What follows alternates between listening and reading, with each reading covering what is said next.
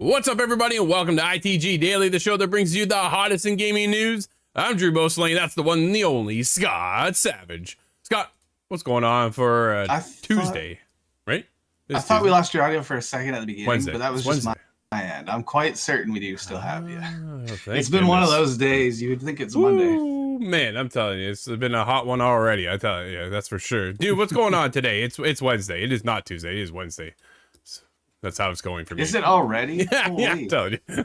Oh, you're right. It's because we had a delayed meeting. That's what it was. Yeah, I threw everything off this week. Just like today's been thrown off. It's been a weird day already, Scott, I tell you.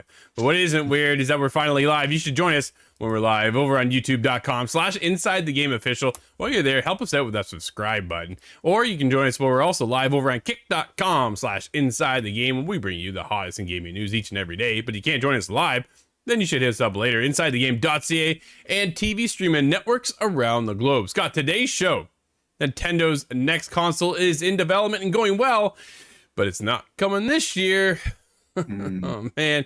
EA had an earnings call just the other day, and they did not mention anything about Dragon Age, Dreadwolf at all. There's another one. Dude, questions are arising, and Hollow Knight's Silksong sequel has been delayed. That's too bad. Yeah. But we'll talk That's about a bit of a drag, that one. We got a lot to talk about as we head over to Tom Ivan at VGC. With development of Nintendo's next console is reportedly progressing well.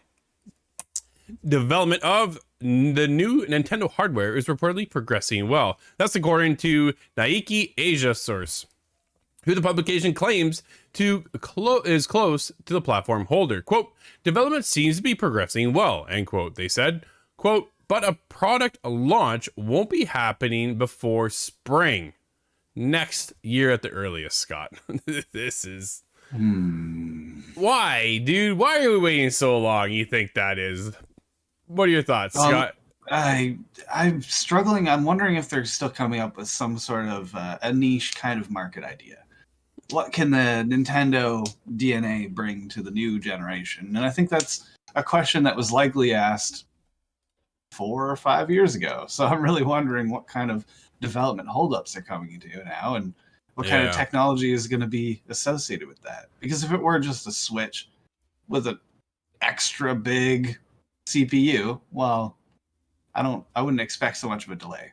It's definitely a weird one for me to think of, right? I didn't expect this to kind of come around and be this long. We've been here now for like 7 years talking about the Switch, and where's the next one, right? The company is said to have sold 17.97 million Switch consoles during the fiscal year ended in March, taking a lifetime sales up to 125 million units, buddy. Whew. Incredible. That is definitely a feat, right? It is climbing up that list of top consoles of all time. PS2 still holding the number 1 spot. I was wondering, because it has to be close, but then PlayStation 2, if anybody was around, you remember they were everywhere. Oh man, I had a PS2. Everybody, here's the catch for PS2. Is that it came with a DVD player back in the day, right? And everybody's like, yay, I'm going to get a console and a DVD player all in one. And that was the biggest moneymaker for Sony to kind of scoop in, right? That's why my father had a PlayStation 3. Well, Blu-ray. Yeah, exactly. So that feature sells. Nowadays, things are changing a little bit, but we've been waiting 7 years. Dude, I am long overdue for a new Switch when you figure it already launched delayed, right? It already launched like late in the console cycle when it comes to PS4 and then the Xbox One X at the time. So they're already so far out of date when it comes to the Switch hardware as far as power that is packing. We definitely could use something new. Could you imagine Tears of the Kingdom with the Switch 2 or Super Switch or whatever you want to call it? It just would elevate it to the next level. And that's really where I think most games are at nowadays. We're new to jump on board the PlayStation 5 and the Series X console. But even take a step back, and I feel like gaming in general has just moved on to such a high production that I wonder if Nintendo can keep swimming. They'll always exist in their own speed, but can they push forward to the forefront anymore? I don't know. Kyle noticed that Xbox had a DVD player too, by the way. Thank you, Kyle. Not to be outdone. That's true. That's true, yeah. Oh, I'm having a weird memory unlocked. I remember I fell asleep watching Lord of the Rings to 2 Tower, and I woke up to the Xbox doing its sound. Do you remember that? You used to leave it on for too long, and it would make its own noises up. Oh, that gave me some nightmares. Dude. Their goal is for selling 15 million units this fiscal year is a bit of a stretch, but we will do our best to bolster demand going into the holiday season so we can achieve that goal. Scott, that was brought around because the decline in sales numbers now are starting to fiddle off a little bit, right? We're starting to see not so many hardware sales when it comes to the PlayStation Switch. Or PlayStation, dude, what was that? The Nintendo Switch. You know why? It's because we're 7 years in. Switch didn't sell very well either. No, it won't sell. Vita. PlayStation Vita, yeah. Oh, man. If we, well, that's the way that one goes. I told you, dude, this is the way my day's going to go. You did that one, yeah. Somebody make me the PlayStation Switch, will you? We always talked about Game Pass coming over to Switch. Maybe we can see the PlayStation platform head over there too. That'd be interesting. Yeah, that's not gonna happen. But talk about monopolies. Yeah, why are they so nervous to release the Switch 2, Scott? Do you think? I think it really is out of lack of necessity. Nintendo does well, especially in Japan. Everybody wants to kind of default to those numbers, and I expect them to be much higher and self-sustaining. So they're not put in the space where they have to kind of push forward. Yeah, they're not really forced to push that technology, right? Remember when the Wii U launched? That was a disaster. And they're like, okay, we now need to push out the next console because this one's just not selling. Well, here we go. We get into the Switch. All of a sudden, we're 125 million units around the world. Everybody's all over it. At this point, though, who doesn't own one, right? Who doesn't already have a Switch? Or in this matter, like who doesn't have 2 of them? There's one for me, maybe one for your kid, right? You know what I mean? Like that kind of thing. I've bought 2 over the years. Well, there you go. Third one for not myself. Exactly. So like the Switches have sold over the course of the years, but I want them to kind of come up and get into where we are with PS5 and the Xbox Series X and S, and hopefully have that power behind them. But Nintendo's never really been focused on the power when it comes to the hardware. They've been focused on the software. And granted, what they've done software-wise has done well when you take a look at that too, because, dude, how many people are now pumped? Here we are at the end of the Switch cycle, and how many people are excited for Friday? Friday, dude. We are now like 2 days away from Tears of the Kingdom. So there's that to take into account as well, that if you have the games, clearly the power behind it isn't really all that necessary when you take a look at where we're heading with PlayStation 5, and you get the high fidelity, the graphical fidelity up there in the Xbox Series X and S as well. And then you take a look at something that's like Tears of the Kingdom, where it is stylized versus that high-end graphic fidelity, right? So if you're able to tweak it enough, I'm just worried how well will it run. Oh, I do love how Nintendo has looked over the years. How it runs has to be the chief concern, because if you can't get into the game if it's all framed, locked up, and whatever. But Nintendo's always had that kind of charm to it. If you look back, these games age much better too. I look back at Wind Waker, and Wind Waker looks just like it did when I was 10 years old. Dude, right now I'm playing Jedi Survivor, and I'm just about to wrap that up today. And that will not run on the Switch.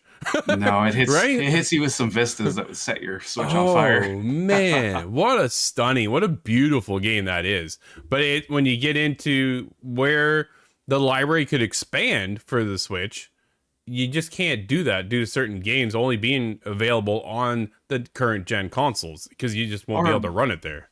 Or all of the online connections. That's something that Nintendo is another decade behind, even further to the Wii, or the Switch, I mean. But do you think that's something they solve moving into Switch 2?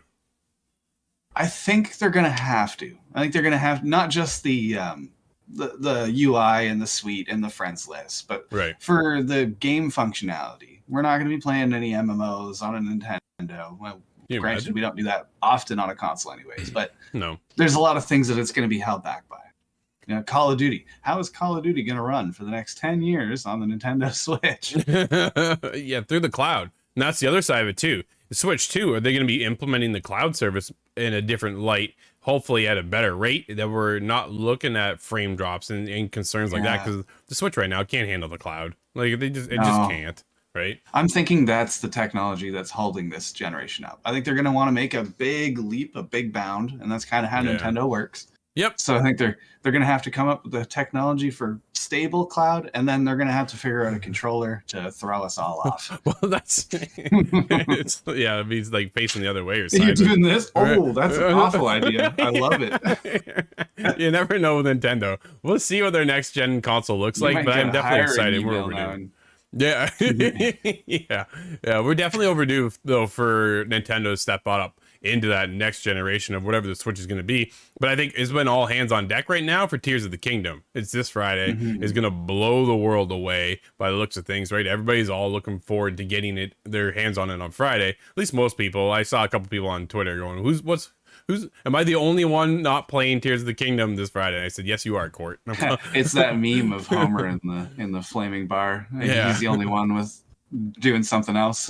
Dude, let's get into EA presents timeline of upcoming announced titles up until the quarter third of the fiscal year for 2024, with Dragon Age Dreadwolf noticeably absent.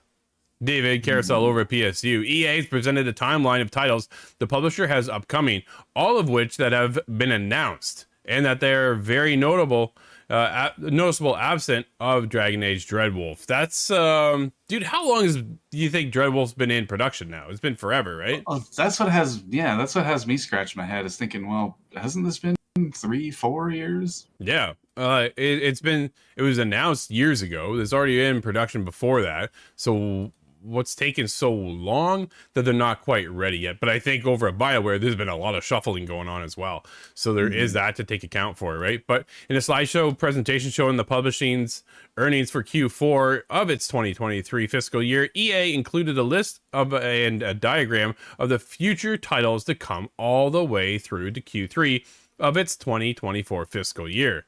The list included titles we've recently seen released, such as EA Sports PGA Tour, and of course, Scott Star Wars Jedi Survivor. But there are others on the list as well. PGA Tour, obviously the number one. Star Wars Jedi Survivor was there. Lord of the Rings Heroes of Middle Earth is another one. Super Mega Baseball 4. F1 Mortals of Avium, something that I'm looking forward to. It said Q2 of 2024. Dude, I'm pretty sure that's supposed to be out this year. So did that just suddenly get delayed? Oh. Right? Do we have a date for that now? Yeah, I thought it was July. It's either July or August. It's supposed to be out this year. Oh, I think it was August, yeah. So that's a little concerning. We'll see what happens there. But Madden 24, obviously. EA's new soccer game, FC, whatever that is, and NHL Football 24. Yeah, right. Well, they lost the license for FIFA. They're like, we don't need you, FIFA, and we're doing our own thing, and that's what they've done. So yeah, that's where that goes. But it'll be super interesting to see how that falls. Yeah. I think it'll do well. I'm sure it will. I'm not too concerned about that whatsoever. I think that's going to be there for sure, and people are going to clamor all over that. FIFA's been the leading football, soccer, depending on what part of the world you're in, leading sports game for years on end, and it's banked on that FIFA name, but they've made something, I think, beyond the name of FIFA. So time will tell how that kind of plays out. As long as you can play the superstars, I think that'll keep most of the world happy. But if you can't play Ronaldo versus Ronaldinho, I don't know if there's a point. Well, you got more info on that than I do. I don't know. But with Dragon Age Dreadwolf not included in the list, that seems to indicate fans will be continue waiting potentially until mid-2024 to see a new Dragon Age title release. Of course, all the estimates release windows for the games listed here could also change, bearing the annual sports titles that usually hit around the same time. Sports games are day in, year out, the same dude, boom, boom, boom. You always get NHL, right? Like those are just a reoccurring cycle. So they have 9 months, they make a game, they put it out. Sometimes it hits, sometimes you talk to Corey and he's like, this didn't work this year. So, but yeah, most notably noticed was taken away was Dragon Age. Dude, just no mention of Dragon Age whatsoever. So I think we're quite a ways off, probably 2025, 2026, before we actually see the release of that game. It's unfortunate. And BioWare is tied up in general. We're not getting a Mass Effect for some time as well. Well, yeah, right. If you take a look at that list, Mass Effect's not there either. And we know that they're working on the next Mass Effect game. So where's that when it comes into the conversation? And it's just not, there's a couple titles missing, which is a little concerning, especially for BioWare. We've seen them kind of crumble as of late. Yeah, we need something corporate side for them. I have enough games to keep me going, but I want to see that company bounce back and do well. No, absolutely. There's always lots to play, but what we won't be playing is Hollow Knight. Silksong's developer has confirmed the delay for its upcoming sequel, as the game has gotten quite big, Scott. Andy Robinson over at VGC. Team Cherry has officially delayed its much-anticipated Metroidvania sequel, Hollow Knight Silksong, from the first half of this year. Although it already seemed incredibly unlikely the game would arrive during the final weeks of the window, Team Cherry representative Matthew Griffin made official on Twitter that the game will now be arriving at a later date. Quote, "Hey gang, just a quick update about Silksong." And quote, he wrote, quote, "We have planned to release in the first half of 2023, but development is still continuing. We are excited by how the game is shaping up, and it's gotten quite big. So we want to take the time to make the game as good as we can. Expect more details from us once we get closer to release." End quote. Scott, take as much time as they need, right? Yeah, that really is the best course of action. That really is. And for Hollow Knight is a huge title. People have been waiting on Silksong for a super long time. Yes. Or at least with super high hopes. Right? Big hopes and dreams right on Team Cherry here. But the Q2 first half of this year is nearly done. And I think I'd seen a suggested release date of something like a week from now. Which I think there was already signs that wasn't going to make. Yeah, afraid so, right? I know everybody, like a lot of people, are really looking forward to this next sequel, asking where is it? And well, Team Cherry's just head down, still developing a bigger game than I think was anticipated. I think a lot of these games, right? We even talked about Ubisoft with Assassin's Creed Mirage making a DLC, which then spun off into something bigger. And it sounds like Silksong has done the same thing here as well. So It's good. Dude, that's pretty exciting. The delay obviously sucks, but that's just part of it. We'd rather have a great game because we've seen so many games release as of late and just not been hitting the bar where it should be released at all, right? Oh, and in the salvo of games we get launched every week, it's easy to put one down for 2 weeks and never pick it up again. Well, and that's just it, right? And Team Cherry is not a big team to start with, so the last thing they want to do is come out and everybody just not be able to play the game because it doesn't function properly, and then they just move on and forget about the game, and that's not what you want at all for your fans. I'm not very familiar with what Team Cherry has going otherwise, but Hollow Knight is at least their flagship. You can't fumble this one. No, not at all. Have you played any of it yourself? No, because of the style of game it is. I never got into it. I heard it's quite difficult, but I understand is one of the coolest games around as well. So it's one of those, do I pick it up? Do I take a look? I don't know. I'm so busy on other things. I played several hours, got stuck having not a clue where to go. If that's any help for you, maybe it's not your game. Jedi got me that way too. Hey, I seem to have lost your audio. There it is. It happened. We place bets on this at the beginning of the day, basically now at this point. Pretty much, yeah. You never know when this is going to happen. But luckily, we didn't go too far away. But Scott, let's get into EA investing in building, quote, games as a platform, end quote. James Batchelor over at gamesindustry.biz. Games as a service has evolved. Well, yeah, that's it's funny how that works, right? CEO Andrew Wilson says there will be still room for standalone releases like Star Wars Jedi Survivor. But yeah, this games as a platform kind of has me intrigued what they mean exactly by this. Electronic Arts says its future lies in developing games as a platform, building on the success it has seen with live service models for titles such as FIFA, The Sims, and Apex Legends, Scott, which continues to just hit some more. Crystal instantly jumped in last night for a new update, grabbed the new legend. So what's that tell you, right? She didn't even think twice. She was like, yep, gotta go. Oh, yeah. And that was just in for your update. I was like, wow. But during an earnings call following the most recent fiscal year results, CEO Andrew Wilson was asked by an investor about the impact of what macroeconomic uncertainty has on consumer spending. Wilson said that some consumers rely more on familiar brands during such times, which puts EA in a good stead.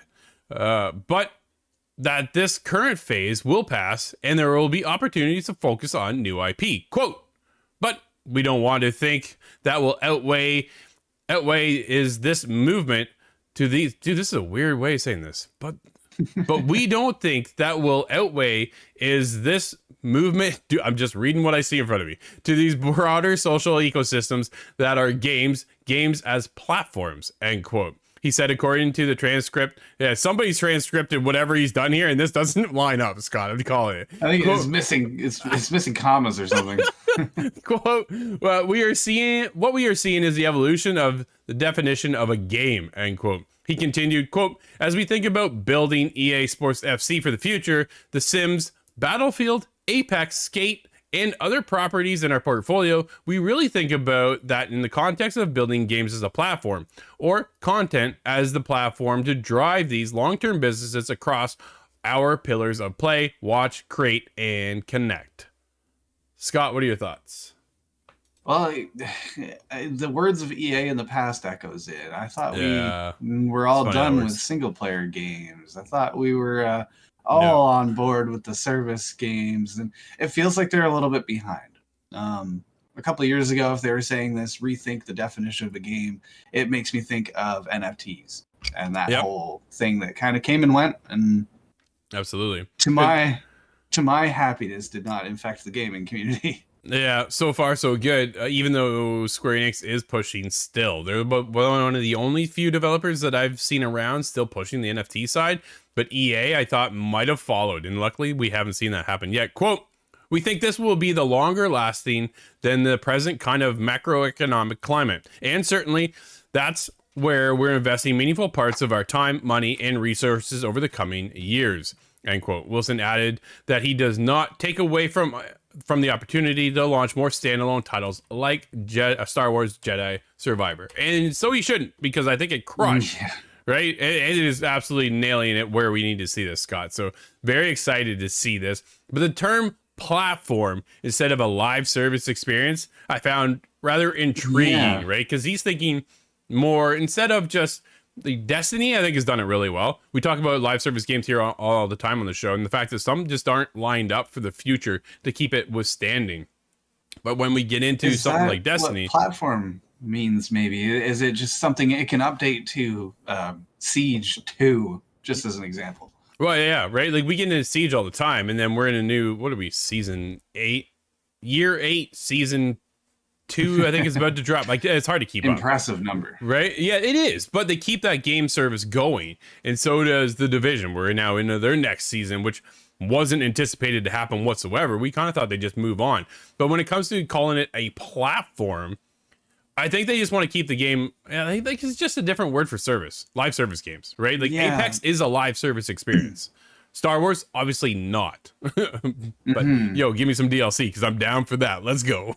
It does make a lot of sense though that what he's saying about the macroeconomics. I can understand that because if you're going to buy one game, what's it going to be? Some people are going to make that choice, and later down the road, you're going to want to monetize that single purchase still, so you can keep a game ecosystem going that way. Games as a service does work for some people and some models. Right. It's just not my preference. Fortnite is still crushing the numbers. New season comes around, and now they're dropping 2 seasons.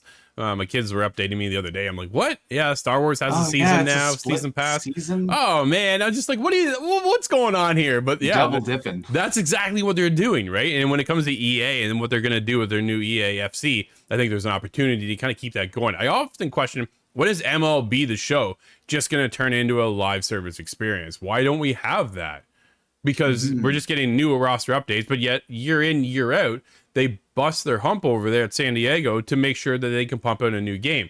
What if they just take the time and just kind of, we'll focus on this for this season and then focus on that for that season? It's got so many questions, but so little time. Back to the idea of platforming, I'm thinking, are they going to do an FC, a football club platform now? And each year, it kind of functions as an update instead of buying a whole second game for the full prop. Maybe it's less. And I don't know. I'm interested. Maybe that's how it's meant to work. Maybe, but Scott, just like that, dude, can you believe it? Our show is already over, and it's been one of those weird shows. But everybody, thank you for hanging out with us. It's always a ton of fun. We appreciate you being here. If you can't join us when we're live over on YouTube and Kick, hit us up later, insidethegame.ca, and of course, TV streaming networks around the globe. Until tomorrow, everybody, I'm Drew. That's Scott. We'll see you inside the game.